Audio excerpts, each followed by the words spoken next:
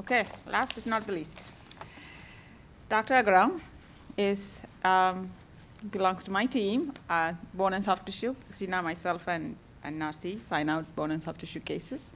He's associate attending pathologist. He's also the vice chair for our QA. He wears another hat. He's also does cytology.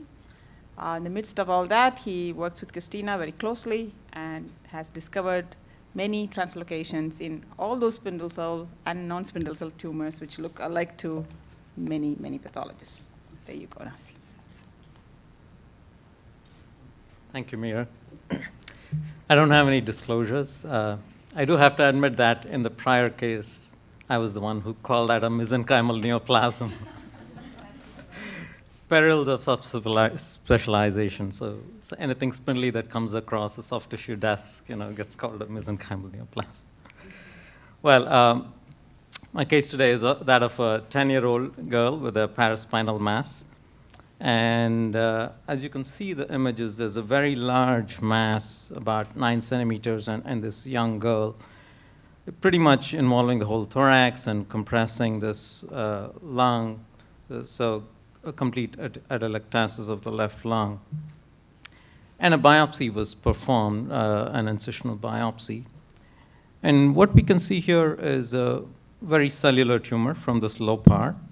As we go higher, we see that it's a spindle cell tumor with, we see this large fascicles of spindle cells, intersecting fascicles of spindle cells in these areas, almost like a smooth muscle differentiation.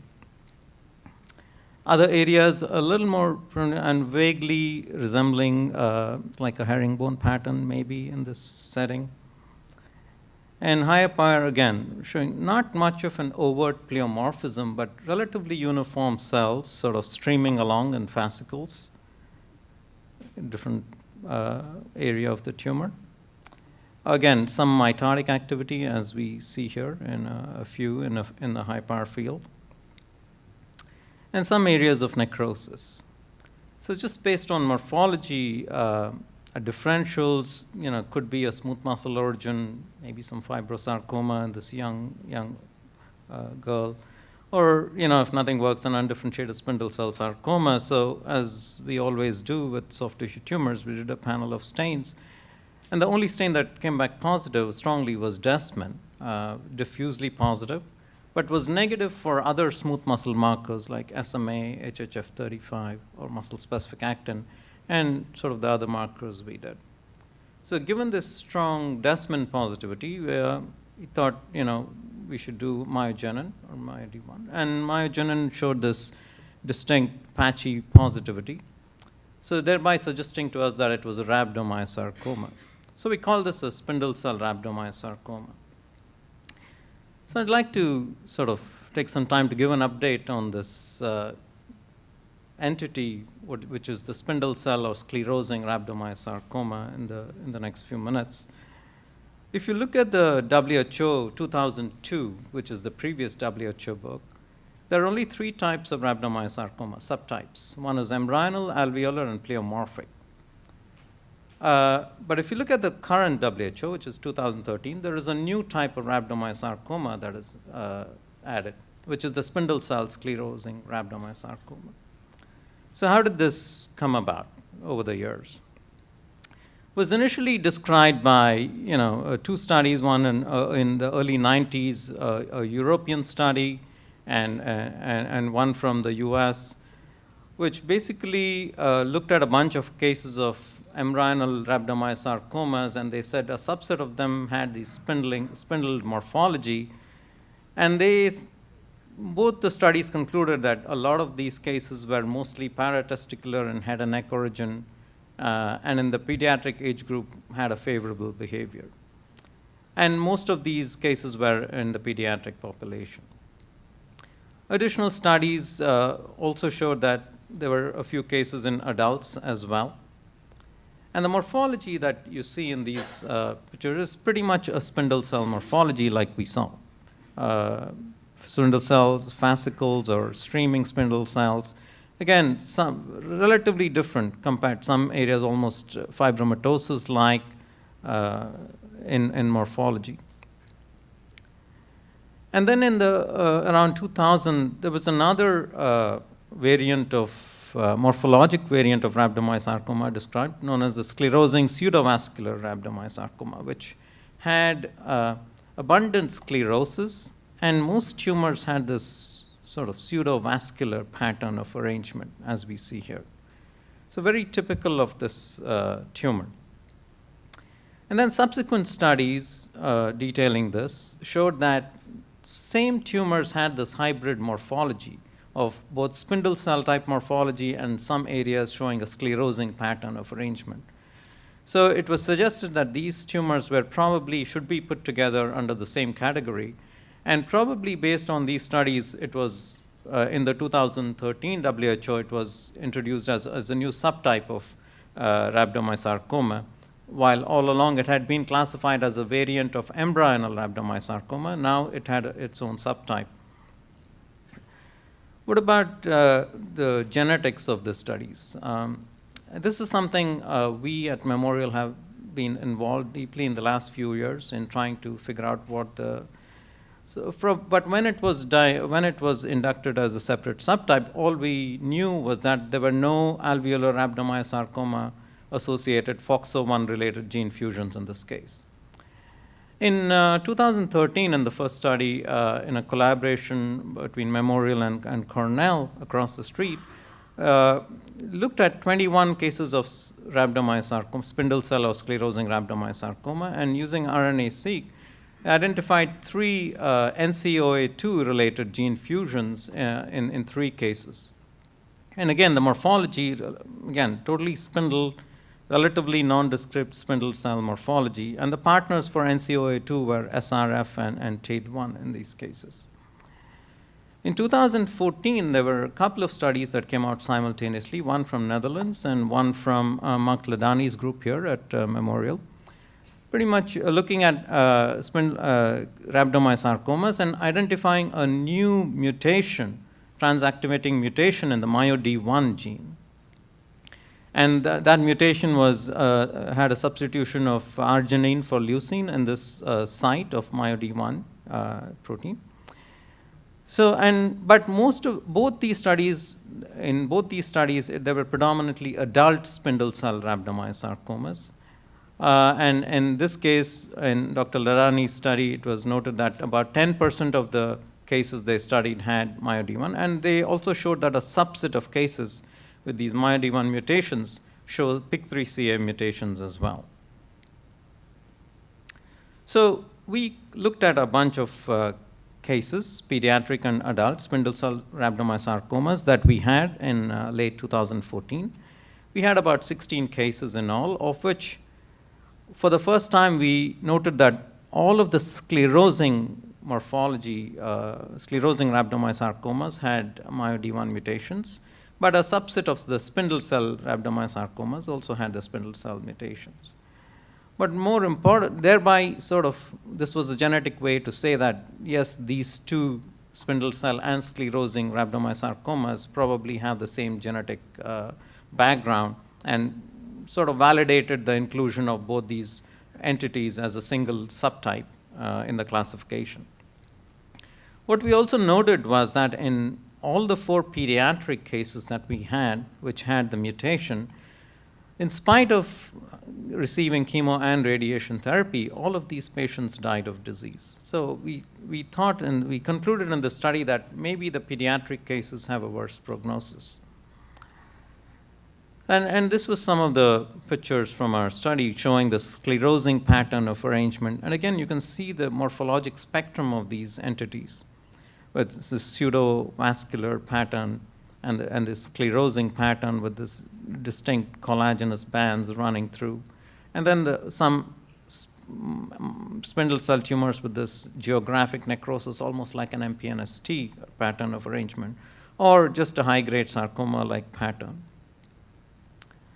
So in another study a couple of years down the road, we collaborated with Dr. Alaggio from Padova, Italy, and in looking at mainly at the pediatric cases of sclerosing and spindle cell rhabdomyosarcomas. And we use RNA-seq mutation analysis and FISH analysis to in this study. And what we saw in the study was that there were 3 distinct populations of spindle cell rhabdomyosarcoma that could be identified. One was in infants, where younger than 1 year of age, infants, where all of those cases studied had a gene fusion, where either related to the NCOA2 gene, or the most common gene fusion noted was the VGLL2, the CITED2 gene fusion. And the next group was a slightly older children, and most of those, either the spindle cell or the sclerosing, had the MYOD1 mutations. And there was a small subgroup where we did not identify any genetic abnormalities. So here's an example of a VGLL2-CITED2 gene fusion, which is an intrachromosomal gene fusion seen on chromosome 6. And we could use FISH to detect these abnormalities. So what about these genes? It's all of these genes involved in the fusion, the VGLL2, also known as vestigial-like 2, SRF, and TEAD1. They function as critical transcription factors or as co-activators in skeletal muscle development and regulation. So it sort of made sense that these were abnormal, had these abnormalities in rhabdomyosarcoma. And MYOD1 is a gene that encodes a nuclear protein that belongs to this family of transcription factors. And other factors in this myogenic factor family include the MIF5, MIF6, and myogenin, and all of which regulate muscle cell, skeletal muscle cell differentiation. And what had been studied even 20 years ago was that this particular mutation in MYOD1 reduces the transcriptional activation, and instead it binds to the MYC consensus sequences, thereby giving it a more MYC-like function. And these are the morphology of those infantile spindle cell rhabdomyosarcomas with the fusions. And you can even notice that most of these are relatively nondescript spindle cell lesions, almost like infantile fibrosarcoma. So if you get a case like this, I mean, the first thing you might think of is an infantile fibrosarcoma. There were other tumors which had a little bit more sclerosis, but most of the cases with gene fusions in infants look like infantile fibrosarcoma-like tumors. Whereas the MYOD1 mutated tumors had this morphologic spectrum.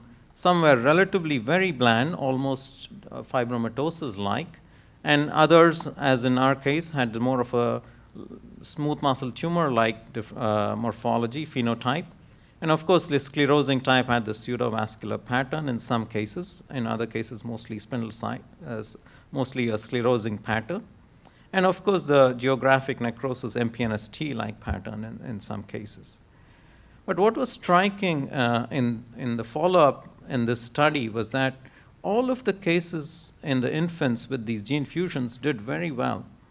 But most of the patients with this most of the children with MYOD1 mutations died of the disease. So thereby telling us that kids who have these spindle cell rhabdomyosarcomas with MYOD1 mutations do fairly poorly in spite of all the chemotherapy and radiation therapy that they get. So we concluded from the study that it's an aggressive disease. MYOD1 mutation, spindle cell rhabdomyosarcoma is an aggressive disease. So recently, this year, we updated our experience and just got accepted in Modern Path. We had about 30 cases of purely MYOD1 mutated spindle cell rhabdomyosarcomas that collected over the years. We had 15 children and 15 adults. And just looking at the morphology, we had similar morphology to what we saw before, but in some cases, we also noticed that along with the spindle cell morphology, we had this relatively undifferentiated areas as well. And we had a few cases which we had pre-therapy and post-therapy specimens, and we note that in some cases which had a more primitive morphology or sclerosing pattern in pre-therapy specimens, in the post-therapy setting, there were more of a spindle cell morphology. So that was a little unusual, and in some cases had more of a rhabdomyoblastic-like differentiation post-therapy, which we typically see with embryonal rhabdomyosarcomas.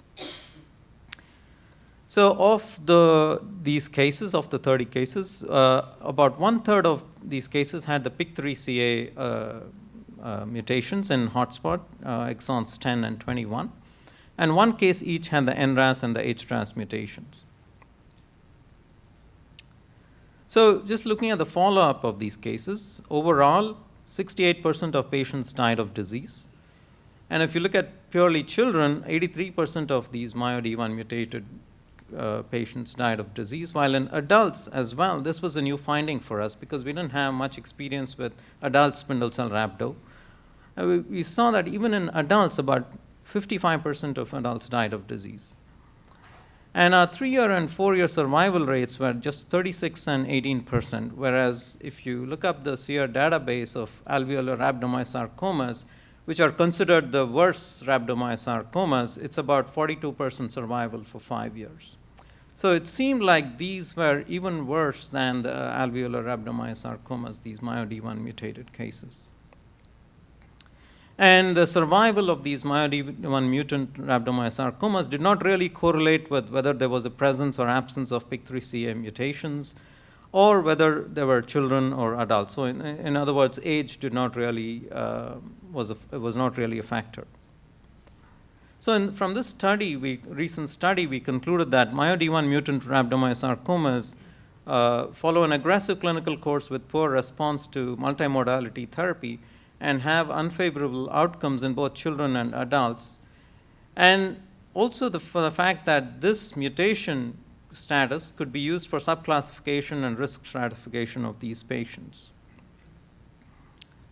So in our case, the patient following diagnosis received multimodality therapy with chemotherapy and radiation, had a resection, had a local recurrence, had chemo again, second recurrence, and then radiation, and had distant recurrence, and ultimately died of disease at 35 months after diagnosis. So summarizing, spindle cell sclerosing rhabdomyosarcoma is one of the 4 subtypes of rhabdomyosarcoma and can show, as I showed you, show a spectrum of morphologies. So when you're looking at a spindle cell tumor, either in young or adults, and if you're thinking it's a smooth muscle origin and you do smooth muscle stains, and it's only positive for Desmond but negative for SMA or other smooth muscle stains, just think about that this could be a spindle cell rhabdomyosarcoma and always do a myogenin or MYOD1. And then we know that MYOD1 mutated spindle cell tumors have a poor prognosis, and we don't know what the significance of these coexistent mutations are. So if looking at these group of spindle cell sclerosing rhabdomyosarcomas, we can pretty much classify them into pediatric, which are the infantile group, which have the gene fusions, which have a very good prognosis, and those tumors in pediatric and adult setting, where if you have a MYOD1 mutation, it's a very poor prognosis. But in those cases which have no known genetic abnormality, maybe they behave more like embryonal rhabdomyosarcomas. And looking at rhabdomyosarcomas in general from a prognostic standpoint, we have these very pure prognostic tumors where we think that maybe MYOD1 mutant spindle cell sclerosing rhabdomyosarcomas behave even worse or as worse or even worse than alveolar rhabdomyosarcomas. And the pleomorphic rhabdos that we see in elderly almost are like the undifferentiated pleomorphic sarcomas. And the ones with good prognosis may be the embryonal rhabdomyosarcomas and those spindle cell sclerosing rhabdomyosarcomas where we have not identified or no known genetic abnormalities. And the one with very good prognosis are those really infantile rhabdomyosarcomas with VGLL2 or NCOA2 associated gene fusions. So I think I'll stop at that, and I have to thank Christina for all the efforts and work in this. I'll be happy to take any questions.